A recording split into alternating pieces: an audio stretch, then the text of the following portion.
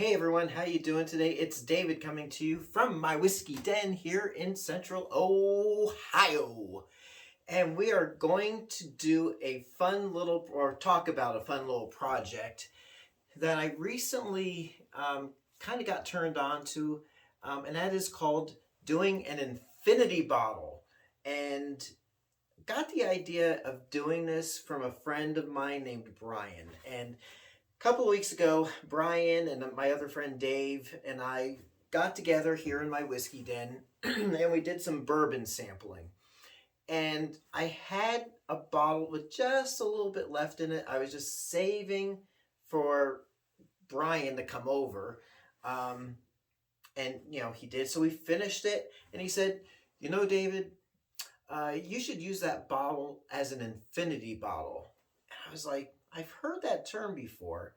So he explained what it is. You basically take, let's say you have your favorite spirits. In this case, let's just say whiskey or bourbon.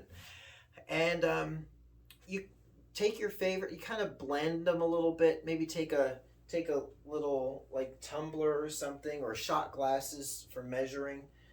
And then just kind of get a ratio, a mix that you enjoy, and you put that in the bottle. So here, let me show you what I did.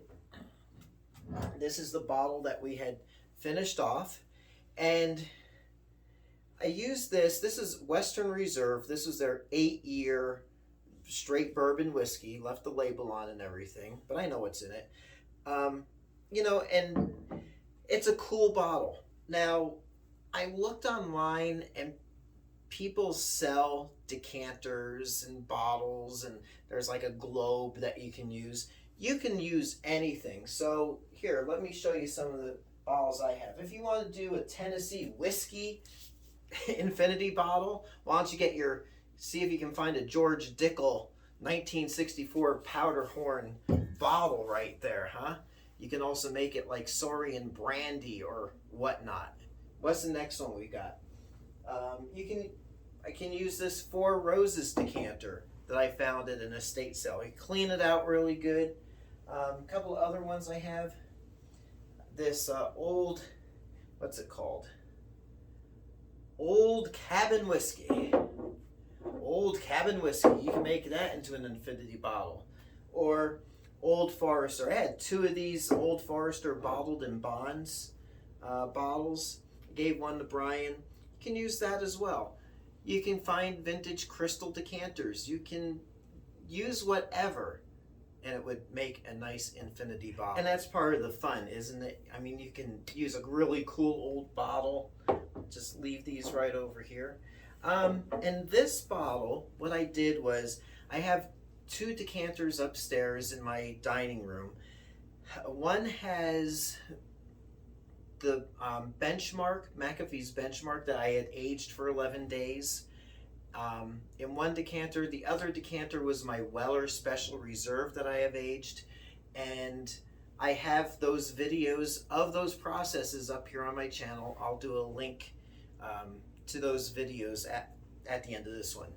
But anyway, I had like a little bit in each left over. I was like, well, I don't really want to just save those because I don't drink every day. But I figured, let me start that as my infinity bottle. So the interesting thing is, one's a wheated bourbon, one is a rye bourbon, well, bourbon with rye in it. And it didn't quite fill the bottle, so I had some McAfee's benchmark here on my shelf, and I just topped it off with that. So I kind of tried it, but let's just see what the result is, huh? And I figured mixing a wheated bourbon with a regular standard bourbon with rye in it would be a pretty fun little thing to do. I do have 1 or 2 bourbons I noticed on the labels that they have 4 grains in them, so why not, What are you going to lose? Nice nose on that. It's got a spicy sweetness.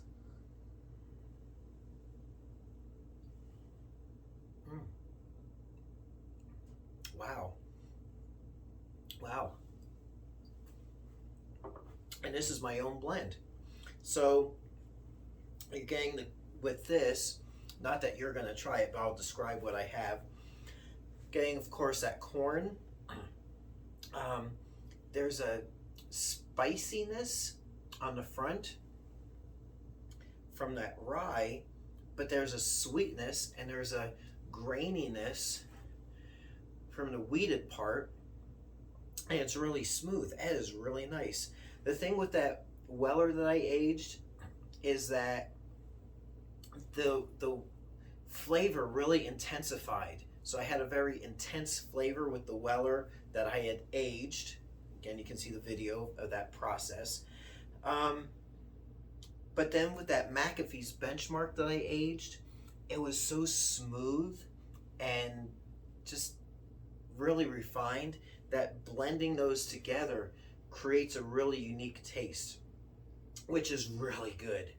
So that, you know, in the bars they have the special bourbons underneath here, so that's going to be in the special place for special company, and I'll see what friends think of it when they come over. So there you have it. I'm nothing spectacular, but you too, if let's say you enjoy Elijah Craig and you like to add a little like Bernheim's to it or a little Weller to it, you can make that, instead of just doing that every time, like a splash of this, you can make an infinity bottle with your favorite bourbons, your favorite combinations together for whenever you want to enjoy it. And if the bottle gets, I'll bring the bottle back out, bottle gets halfway down and you want to mix this with something else and see how that tastes, that's the other thing, is that the flavors can always shift and change depending on your tastes. So there you go. You can start your own infinity bottle just like me, right? So we'll see you next time. It's David coming to you from my whiskey den here in Central Ohio, and I hope your next pour is your best pour, and we'll catch you later. Thanks for watching. Hey everyone, if you like what you see, please like and subscribe so you can be notified of future videos as they drop. Thanks for watching.